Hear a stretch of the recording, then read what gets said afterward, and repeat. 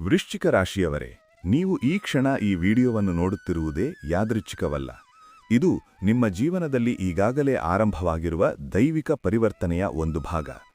ನಿಮ್ಮ ಮನಸ್ಸಿನೊಳಗೆ ಬಹುಕಾಲದಿಂದ ಮೌನವಾಗಿ ಉಳಿದಿರುವ ಪ್ರಶ್ನೆಗಳು, ಯಾರಿಗೂ ಹೇಳಲಾಗದ ನೋವು, ನಾನು ಇಷ್ಟು ಸಹಿಸಿಕೊಂಡರೂ ಜೀವನ ಏಕೆ ನನಗೆ ಪರೀಕ್ಷೆಯನ್ನೇ ಕೊಡುತ್ತಿದೆ ಎಂಬ ಆಂತರಿಕ ಕೂಗು, ಇವೆಲ್ಲಕ್ಕೂ ಇಂದು ಒಂದು ಅರ್ಥ ಸಿಗಲಿದೆ. ನೀವು ವೃಶ್ಚಿಕ ರಾಶಿಯವರು. ಗಾಢವಾದ ಭಾವನೆಗಳು, ಅತೀವ ಆಳವಾದ ಆತ್ಮಶಕ್ತಿ, ಹೊರಗೆ ಕಡಿಮೆ ಮಾತನಾಡುವ ಆದರೆ ಒಳಗೆ ಭಾರೀ ಹೋರಾಟ ನಡೆಸುವ ಸ್ವಭಾವ ನಿಮ್ಮದು.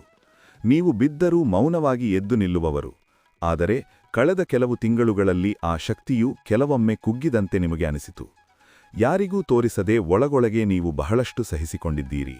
ಇಂದು ನಾನು ಹೇಳುವ ಪ್ರತಿಯೊಂದು ಮಾತು ನಿಮ್ಮ ಕಿವಿಗೆ ಮಾತ್ರವಲ್ಲ, ನಿಮ್ಮ ಆತ್ಮದ ಆಳಕ್ಕೆ ತಲುಪುತ್ತದೆ. ದಯವಿಟ್ಟು ಕೊನೆಯವರೆಗೂ ಕೇಳಿ. ಮುಂದಿನ ಭಾಗ ಬಹಳ ಮುಖ್ಯ. ಇದು ಕೇವಲ ಜ್ಯೋತಿಷ್ಯವಲ್ಲ, ಇದು ನಿಮ್ಮ ಜೀವನದ ದೈವಿಕ ಸಂದೇಶ. ನೀವು ಈ ವಿಡಿಯೋ ನೋಡುತ್ತಿರುವುದೇ ದೈವಿಕ ಕಾರಣ. ಮಕರ ಸಂಕ್ರಾಂತಿ ಎಂದರೆ ಕೇವಲ ಒಂದು ಹಬ್ಬವಲ್ಲ, ಅದು ಕಾಲಚಕ್ರದ ಮಹತ್ವದ ದೈವಿಕ ತಿರುವು. ಸೂರ್ಯನು ಧನುರಾಶಿಯಿಂದ ಮಕರ ರಾಶಿಗೆ ಪ್ರವೇಶಿಸುವ ಕ್ಷಣದಿಂದ ಉತ್ತರಾಯಣ ಆರಂಭವಾಗುತ್ತದೆ. ಶಾಸ್ತ್ರಗಳ ಪ್ರಕಾರ ಉತ್ತರಾಯಣವನ್ನು ದೇವತೆಗಳ ಕಾಲ ಎಂದು ಕರೆಯುತ್ತಾರೆ. ಈ ಸಮಯದಲ್ಲಿ ಸೂರ್ಯನ ಕಿರಣಗಳಲ್ಲಿ ವಿಶೇಷ ದೈವಿಕ ಶಕ್ತಿ ಇರುತ್ತದೆ. ಸೂರ್ಯನು ಕೇವಲ ಬೆಳಕು ನೀಡುವ ಗ್ರಹವಲ್ಲ, ಆತ್ಮಕಾರಕ. ವಿಷ್ಣು ಪುರಾಣದಲ್ಲಿ ಹೇಳುವಂತೆ ಸೂರ್ಯನೇ ನಾರಾಯಣನ ದೃಶ್ಯರೂಪ. ಉತ್ತರಾಯಣ ಕಾಲದಲ್ಲಿ ಮಾಡಿದ ಜಪ, ತಪ, ದಾನ, ಧ್ಯಾನ ಮತ್ತು ಸೂರ್ಯನಿಗೆ ಅರ್ಘ್ಯ ನೀಡುವುದು ಅನೇಕ ಪಟ್ಟು ಪುಣ್ಯಫಲ ನೀಡುತ್ತದೆ. ಮಕರ ಸಂಕ್ರಾಂತಿ ಎಂದರೆ ಅಂಧಕಾರದಿಂದ ಬೆಳಕಿನ ಕಡೆಗೆ ಸಾಗುವ ಸಂಕೇತ. ಹಳೆಯ ಕರ್ಮಬಂಧಗಳು ಸಡಿಲಗೊಳ್ಳುವ, ಹೊಸ ಅಧ್ಯಾಯ ಆರಂಭವಾಗುವ ಕಾಲ. ನಿಮ್ಮ ಜೀವನದಲ್ಲೂ ಇದೇ ದೈವಿಕ ತಿರುವು ಈಗ ಶುರುವಾಗುತ್ತಿದೆ. ಈ ಮಕರ ಸಂಕ್ರಾಂತಿ ವೃಶ್ಚಿಕ ರಾಶಿಯವರಿಗೆ ಅತ್ಯಂತ ವಿಶೇಷವಾಗಿದೆ. ನಿಮ್ಮ ರಾಶಿಯ ಅಧಿಪತಿ ಮಂಗಳ, ಜೊತೆಗೆ ಆಳವಾದ ಪರಿವರ್ತನೆಯ ಸಂಕೇತವಾದ ಕೇತು ಶಕ್ತಿಯ ಪ್ರಭಾವವು ನಿಮ್ಮ ಜೀವನದಲ್ಲಿ ಕಾರ್ಯನಿರ್ವಹಿಸುತ್ತದೆ. ವೃಶ್ಚಿಕ ರಾಶಿಯವರು ಜೀವನದಲ್ಲಿ ಸುಲಭದ ದಾರಿಯನ್ನು ಅಪರೂಪಕ್ಕೆ ಮಾತ್ರ ಕಾಣುವವರು. ನೀವು ನೋವು ಅನುಭವಿಸಿದಾಗ ಮಾತ್ರ ಬಲವಾಗುತ್ತೀರಿ. ಕಳೆದ ಕೆಲವು ತಿಂಗಳುಗಳಲ್ಲಿ ಈ ಮಂಗಳ ಶಕ್ತಿ ನಿಮ್ಮೊಳಗೆ ಇದ್ದರೂ ಹೊರಗೆ ವ್ಯಕ್ತವಾಗಲು ಅನೇಕ ಅಡ್ಡಿಗಳು ಬಂದವು. ಕೆಲಸದಲ್ಲಿ ನಂಬಿಕೆ ಸಿಗದೆ ಹೋದ ಅನುಭವ, ಸಂಬಂಧಗಳಲ್ಲಿ ಮೋಸ ಅಥವಾ ದೂರ, ಹಣಕಾಸಿನ ವಿಷಯದಲ್ಲಿ ಅಸ್ಥಿರತೆ, ಮನಸ್ಸಿನಲ್ಲಿ ನಿರಂತರ ಒತ್ತಡ. ನೀವು ಯಾರಿಗೂ ನಿಮ್ಮ ದುರ್ಬಲತೆಯನ್ನು ತೋರಿಸಲಿಲ್ಲ, ಆದರೆ ಒಳಗೊಳಗೆ ನೀವು ಎಷ್ಟೋ ಬಾರಿ ಕುಸಿದಿದ್ದೀರಿ. ನಾನು ಎಲ್ಲವನ್ನೂ ಸರಿಯಾಗಿ ಮಾಡುತ್ತಿದ್ದೇನೆ, ಆದರೆ ನನ್ನ ಜೀವನ ಏಕೆ ನಿಂತಿದೆ ಎಂಬ ಪ್ರಶ್ನೆ ನಿಮ್ಮ ಮನಸ್ಸಿನಲ್ಲಿ ಮರುಮರು ಮೂಡಿದೆ. ಈ ಸಂಕ್ರಾಂತಿ ಆ ಪ್ರಶ್ನೆಗಳಿಗೆ ಉತ್ತರ ನೀಡುವ ಕಾಲ. ಕಳೆದ ತಿಂಗಳುಗಳನ್ನು ನೆನಪಿಸಿಕೊಂಡರೆ ನಿಮ್ಮ ಮನಸ್ಸು ಭಾರವಾಗುತ್ತದೆ. ವೃಶ್ಚಿಕ ರಾಶಿಯವರು ನಂಬಿದರೆ ಸಂಪೂರ್ಣವಾಗಿ ನಂಬುವವರು. ಅದೇ ನಿಮ್ಮ ಶಕ್ತಿ, ಆದರೆ ಅದೇ ನಿಮ್ಮ ನೋವಿನ ಮೂಲವೂ ಆಯಿತು. ನಂಬಿಕೆಯ ಮೇಲೆ ಬಿದ್ದ ಪೆಟ್ಟುಗಳು, ನಿಮ್ಮ ನಿಷ್ಠೆಯನ್ನು ಯಾರೂ ಅರಿಯದೇ ಹೋದ ಕ್ಷಣಗಳು, ಕೆಲಸದಲ್ಲಿ ಅಥವಾ ವ್ಯವಹಾರದಲ್ಲಿ ಎದುರಾದ ಅಡಚಣೆಗಳು, ಇವೆಲ್ಲವೂ ನಿಮ್ಮ ಆತ್ಮವನ್ನು ಆಳವಾಗಿ ಗಾಯಗೊಳಿಸಿವೆ. ನೀವು ಪ್ರತಿಕಾರ ಬಯಸಲಿಲ್ಲ, ನೀವು ಮೌನವಾಗಿ ಎಲ್ಲವನ್ನೂ ಸಹಿಸಿಕೊಂಡಿರಿ. ಆದರೆ ಆ ಮೌನದೊಳಗೆ ಭಾರೀ ಅಗ್ನಿ ಉರಿಯುತ್ತಿತ್ತು. ದೇವರು ಆ ಅಗ್ನಿಯನ್ನು ನೋಡಿದ್ದಾನೆ. ಅದನ್ನು ನಾಶಪಡಿಸಲು ಅಲ್ಲ, ಶುದ್ಧಗೊಳಿಸಲು ಈ ಕಾಲ ಬಂದಿದೆ.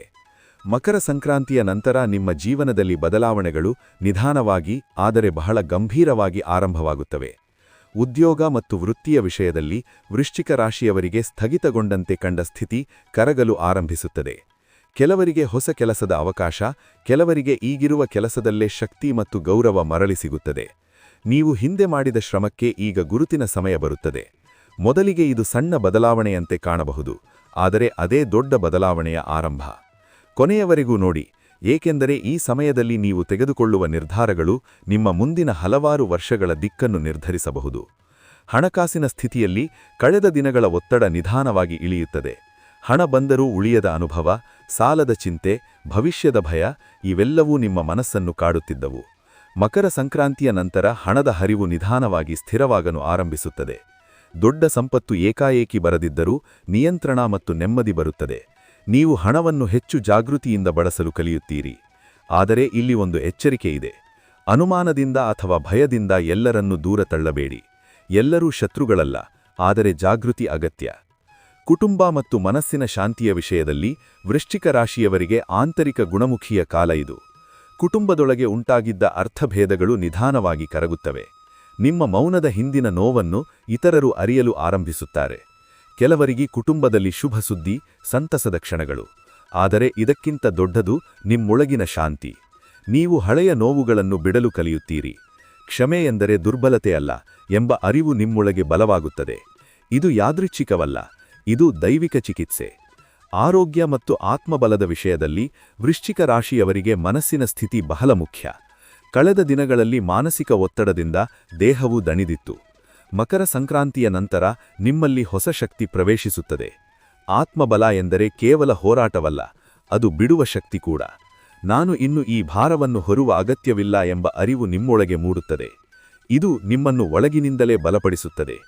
ಅವಕಾಶಗಳು ಮತ್ತು ಅದೃಷ್ಟದ ವಿಷಯದಲ್ಲಿ ವೃಶ್ಚಿಕ ರಾಶಿಯವರಿಗೆ ಸಂಕ್ರಾಂತಿ ನಂತರ ಜೀವನದಲ್ಲಿ ಆಳವಾದ ಅವಕಾಶಗಳು ಬರುತ್ತವೆ. ಅವು ಹೊರಗೆ ದೊಡ್ಡದಾಗಿ ಕಾಣದಿರಬಹುದು, ಆದರೆ ಒಳಗಿನಿಂದ ನಿಮ್ಮ ಜೀವನವನ್ನು ಬದಲಾಯಿಸುವ ಶಕ್ತಿ ಹೊಂದಿರುತ್ತವೆ. ಒಂದು ಹೊಸ ಪರಿಚಯ, ಒಂದು ಗುಪ್ತವಾದ ಮಾಹಿತಿ, ಒಂದು ನಿರ್ಧಾರ, ಇವೆಲ್ಲವೂ ನಿಮ್ಮ ಜೀವನದ ದಿಕ್ಕನ್ನು ಬದಲಾಯಿಸಬಹುದು. ಮುಂದಿನ ಭಾಗ ಬಹಳ ಮುಖ್ಯ. ಹಳೆಯ ಭಯದಿಂದ ಹೊಸ ಅವಕಾಶಗಳನ್ನು ತಳ್ಳಿಬಿಡಬೇಡಿ. ಇಲ್ಲಿ ಸ್ವಲ್ಪ ಎಚ್ಚರಿಕೆಗಳು ಅಗತ್ಯ. ವೃಶ್ಚಿಕ ರಾಶಿಯವರೇ, ನಿಮ್ಮೊಳಗಿನ ಅನುಮಾನ ಮತ್ತು ಅತಿಯಾದ ನಿಯಂತ್ರಣದ ಸ್ವಭಾವವನ್ನು ಸ್ವಲ್ಪ ಸಡಿಲಿಸಿ. ಎಲ್ಲವನ್ನೂ ನಿಮ್ಮ ಕೈಯಲ್ಲಿಟ್ಟುಕೊಳ್ಳಬೇಕೆಂಬ ಹಠಬಿಡಿ.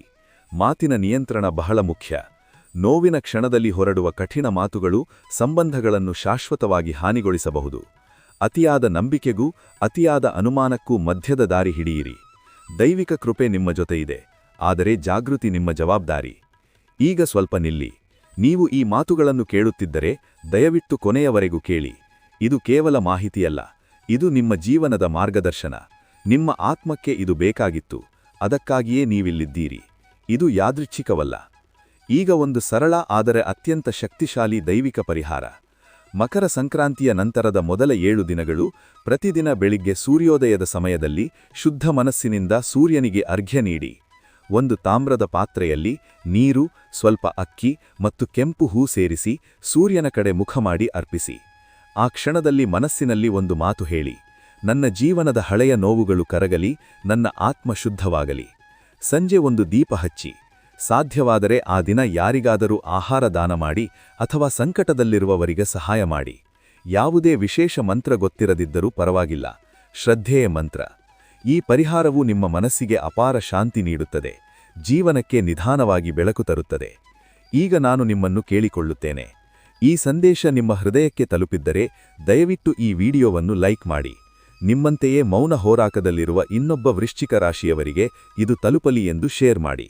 ಕಮೆಂಟ್ನಲ್ಲಿ ನಿಮ್ಮ ಇಷ್ಟ ದೇವರ ಹೆಸರನ್ನು ಬರೆಯಿರಿ, ಅದು ನಿಮ್ಮ ಭಕ್ತಿಯ ಸಂಕೇತ. ನಮ್ಮ ಚಾನಲ್ ಸಬ್ಸ್ಕ್ರೈಬ್ ಮಾಡಿ, ಏಕೆಂದರೆ ಮುಂದಿನ ದಿನಗಳಲ್ಲಿ ನಿಮ್ಮ ಜೀವನಕ್ಕೆ ದೈವಿಕ ಮಾರ್ಗದರ್ಶನ ನೀಡುವ ಇನ್ನೂ ಹಲವಾರು ಸಂದೇಶಗಳು ಬರುತ್ತವೆ. ಕೊನೆಯಲ್ಲಿ ಒಂದು ಆಶೀರ್ವಾದ: ನಿಮ್ಮ ಜೀವನದಲ್ಲಿ ಬೆಳಕು ಹೆಚ್ಚಾಗಲಿ, ನಿಮ್ಮ ಮನಸ್ಸಿನಲ್ಲಿ ಶಾಂತಿ ನೆಲೆಸಲಿ, ನಿಮ್ಮ ನೋವುಗಳು ಶಕ್ತಿಯಾಗಲಿ, ನಿಮ್ಮ ಶ್ರಮಕ್ಕೆ ನ್ಯಾಯ ಸಿಗಲಿ. ದೇವರ ಕೃಪೆ ಸದಾ ನಿಮ್ಮ ಜೊತೆ ಇರಲಿ. ನೀವು ಒಂಟಿಯಲ್ಲ, ದೈವಿಕ ಶಕ್ತಿ ನಿಮ್ಮನ್ನು ಕೈ ಹಿಡಿದು ನಡೆಸುತ್ತಿದೆ. ಧನ್ಯವಾದಗಳು.